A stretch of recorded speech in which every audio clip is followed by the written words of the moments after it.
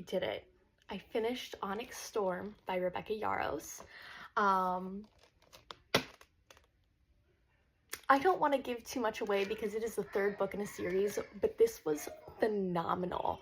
I'm obsessed with Fourth Wing. I really, really loved Iron Flame, and this might be the best book in the series. So for those of you who do not know, this follows Violet Sorrengail, who lives in this fantasy world where there are dragons, and she is at a war college where she gets conscripted basically into the Dragon Riders Quadrant, and she is forced to basically fend for herself, fight for her life, and bond a dragon.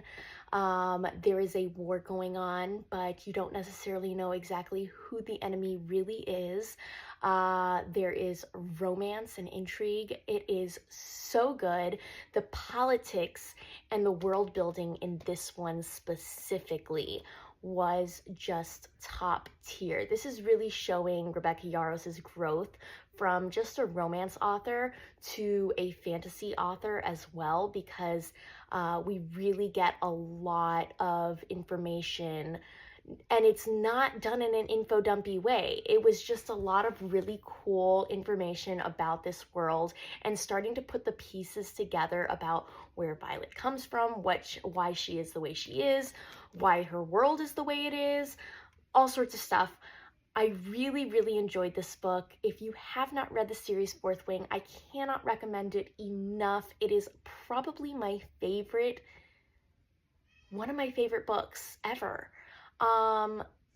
Yeah, absolutely. Read the series as a whole, just in general. If you can find the pretty sprayed edges, then they're pretty sprayed edges. But if you can't, who cares?